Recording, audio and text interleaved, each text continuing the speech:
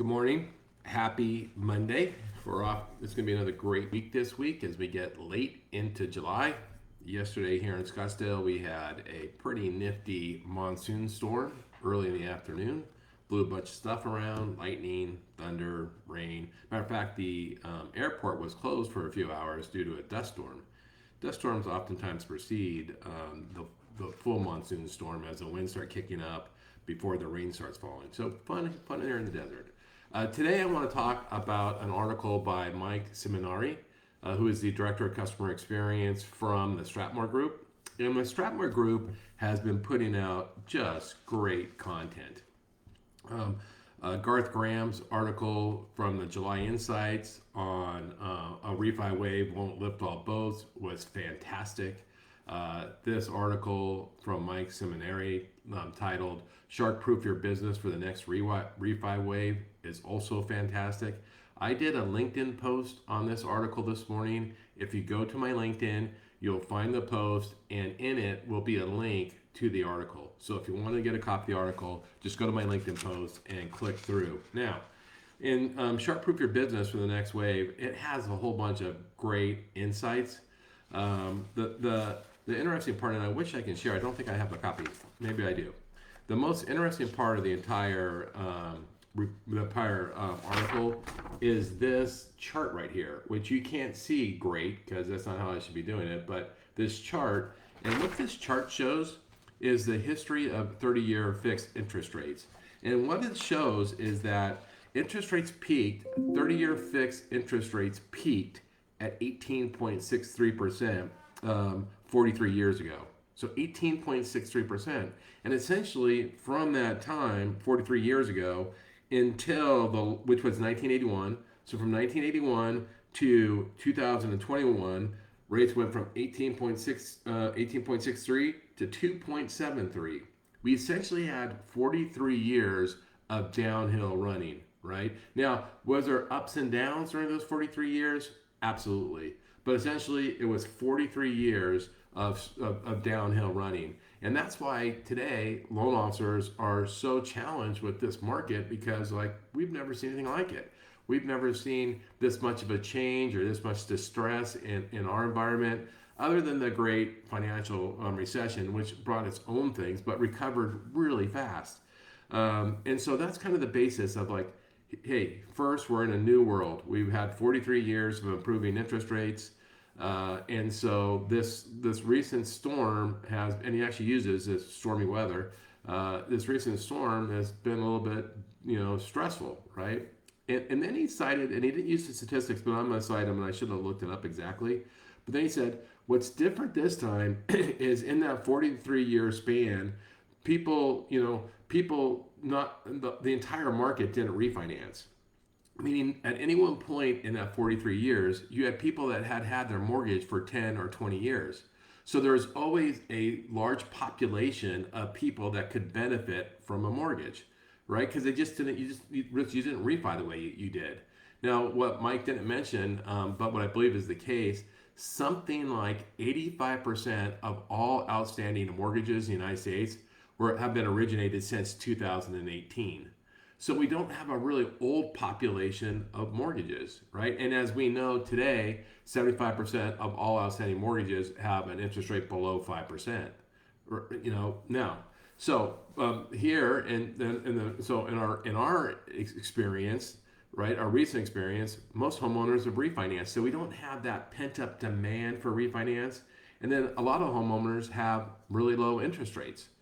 However, they also have on average 50% equity in their home, and they have some other financial stresses and high interest rates on their credit card and on their cars and other things.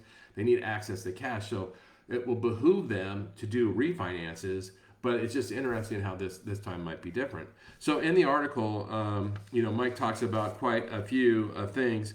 One of the things that he talks about, and he didn't say it, Graham said it went to a greater extent, but Mike still hinted at it. He goes, lenders and loan officers think that they have their past clients locked in, that they think that they have their past clients' loyalty, and they often completely miscalculate. And Mike rightfully cites the number. On the average borrower retention in our industry is 18%. That means 4 out of 5 of your past clients go to a competitor. It's 18%. And that's the average. And a lot of companies are below 10%. Very few companies bump up above 30%, but it's 18%. So we think that we've locked our customers down. We think that we own our customers. We think we've earned the right to do their refinance or earned the right to do their future purchase transaction. The fact is, we haven't. We haven't at all. We only are successful about 18% of the time of retaining our own clients. All right. And so the question is, and then I guess the challenge is through this last downturn from in 2022, 2023, there's been some correspondents that have aggressively bought servicing, and they've overpaid. And by the way, when I think of this, I think of Freedom Mortgage. Freedom Mortgage is paying a premium on servicing right now, right? Because they want to buy our client. And the challenges, and what Mike alludes to in the article, is that these correspondents that are buying servicing are doing so with the strategy of having that client for life, of being able to retain that client, of having a platform that can retain the client.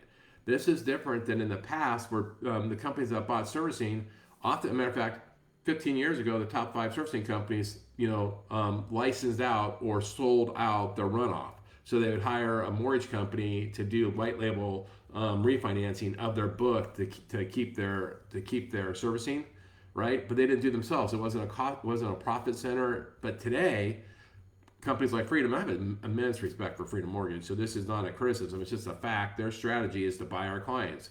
And what they do is they buy our best clients. So when you look at their servicing appetite is for the A+ borrower, they'll overpay for the servicing. And then their strategy is we're gonna keep that client. You're never gonna get that client back. And I've mentioned before, I heard Stan Middleton at the Housing Wire Summit say, "Hey, look, we're overpaying for servicing because we're gonna own that customer forever because I can finance that customer all in for 30 basis points." While an IMB might do it at 300 basis points, or a bank might do it at 250 basis points. You just can't compete with what I'm offering in the future. And he's built a platform to retain that. So that then creates all sorts of headwinds for us that want to retain the relationship with our customers, right? First, we have customers that have low interest rates, and we have customers that have recently refied. And then we sold our servicing to these correspondents and servicers that are going to fight tooth and nail to keep our client. They have economy of scale. They have their low price provider. There's no real LO comp associated with the refinance transaction. So we have all sorts of headwinds. And the question is, how do we win then, right? Because we're certainly not going to give up. How do we win? Well, the first and obvious answer is always that we have to give more value than we charge. Right? Because it's not how much we charge. It doesn't matter if Stan's cost is 30 basis points and our cost is 250 basis points if we provide 250 basis points of value. So we have to really amplify our value. And the value has to be amplified not through the transaction, but in the relationship. How do I become more valuable to that relationship? Right? And I don't think we're weak as loan officers and as IMBs where we can outperform a servicing company or a correspondent servicer is that we can add more lifetime value. We just simply can versus transactional value. And that's what we really, really have to work on. Now, that's not what Mike necessarily covers on. Mike covers that, look, he recommends doing 3 things, and then he'll give you 3 strategies. The first thing is you have to wow them. So in the transaction and in the relationship, you have to wow them. And there's you can study, how to wow folks. There's customer service training programs on how to wow people. I might cover in one of these Facebook Lives. I really enjoy that topic. But you have to wow them, and the wow is always involves a surprise, right? But wow them. And then second is you need to surprise them. And sometimes surprising is just giving over-the-top service. Now, I think you need to have a bigger surprise than over-the-top service. I was talking to an owner of another IMB, and how they both wow them and surprise them is they have an unbelievably extensive gift giving program. It's very extensive. They spend a ton of money. It may or may not be compliant, but they don't care. They're taking care of the relationship, right? But in his article, the third thing that Mike says is you need to make a lasting impression. So you got to wow them, you have to surprise them, and you have to make a lasting impression. All makes sense, right? Now, here's how Mike says. Here's some ways you can do those three things. The first thing is start sending them handwritten notes for their birthday or for their mortgage anniversary. Send them a short handwritten note. Don't assign it to your assistant. Make it personal, because then you elevate your relationship to the friend level versus the service provider level. So a short little, hey, happy birthday. In that handwritten note, if you can refer back to a personal aspect that you've had in their conversation, like, hey, happy birthday, hopefully you get tickets to the Steelers game, I know you love them. Like, if you can be personal in top of writing a handwritten note, like I say, the whole purpose is try to elevate your relationship from a service provider to the friend level, right? The next thing, and of course, Stratmor is huge on this, and Stratmor has built a whole platform and process how to deliver this next thing, which is make sure that you and your team are educated on the NPS drivers, right? And Stratmor has the 7 commandments, the 7 things you have to do in a transaction to drive NPS scores, right? Net promoter scores, right? And in case you're not familiar with NPS, I'll just do it really quickly. 9 or 10 means you have favorable customers. 7 and 8 means your customers are okay. Less than 7 means that you are average. Less than 4, then you have a detractor. The only ones worth value are 9s and 10s, because nobody wants somebody that's dissatisfied. And you definitely don't want detractors. How do you get to 9 and 10? And really, if you want to drive future referral business, the score above 9.5 drives referrals. And so then what you can do is engineer your customer experience, your customer journey to deliver a 9.5 or higher. And 9.5 is super hard, by the way. That means you have to be flawless. You have to add, overwhelming value. You really have to be good. And it's not just you, it's everybody on your team, where everybody has a touch point with your client has to be trained in how to deliver the experience that you want your customer to experience, so that you can get a 9.5, which equals future business. It's as simple as that. So Stratmor has the 7 commandments. They have a system. They have Mortgage CX. They have a bunch of tools. If you're a company, if you're a C-suite, you can check out Stratmor. They have a full platform. Check out whether your company wants to adopt it or not. I've seen Mike present a couple times. The platform looks pretty slick. I've never used it or been on it, but it's very much data-driven. It looks impressive looking from the outside in. But regardless, I'm not trying to sell Stratmor stuff, but I am saying, whether you're a loan officer or a company, what is your intentional, engineered customer journey to deliver a 9.5 NPS or higher? And you just got to be obsessed about it. You got to just pound the stone, make it better every day. Because if you're delivering less than a 9, you lost your customer. It's just a fact, right? We know the numbers. We're only retaining 18% as it is, and now we're giving our customers to the enemy, who's going to rip them away from us. If we want to compete with that, we have to elevate our game. And so put the number on your board. I have to hit 9.5 to retain my customer, to even have a chance of earning the right, or earning the possibility of serving them in the future. Or else all these competitors and your opponents are going to take them from you. So raise your game. Don't let them do it. As they say, go to the mattresses or the mats or whatever it is, whatever that saying is. Now, so if the first thing is send handwritten notes, try to up your relationship to friend level. The second thing is drive NPS. The third thing is, and this is coming up more and more, I hear it more and more, connect with your borrowers in a personal way on social media. So start to budget 20 minutes a day, 30 minutes a day, whatever it is, 15 minutes a day, to scan through social media purposely to check out your customers' activities on social media and engage with them in a personal way.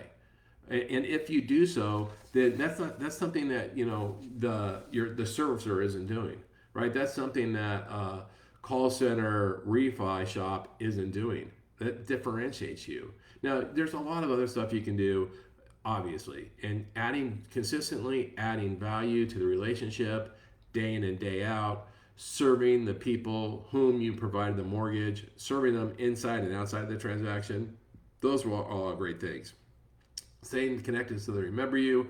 But this added stuff is going to be necessary to win in the future. And we're going to face some refis. Now, what Mike says is, look, the refi boom won't be as big because rates have not been high enough for long enough, and they're not going to come down fast enough. Now, we read an article last week by a study by Jeffries that predicted that interest rates would end the year at 6.5 this year, and the year next year it's, I think, 5.75, and that would generate $2.7 trillion in refi opportunity. Who knows what the number is, but I know whatever the opportunity is going to be, it's going to be a dogfight to keep it. And the key here is start fighting now. Don't fight once rates get lower, because then it will just be obvious that what your intent is. Start serving them all your past clients all in today, and you'll have a chance to retain them tomorrow. And that's my message, everybody. Hope you have a great Monday. I'll be back tomorrow. Thanks so much for checking this out. See you soon.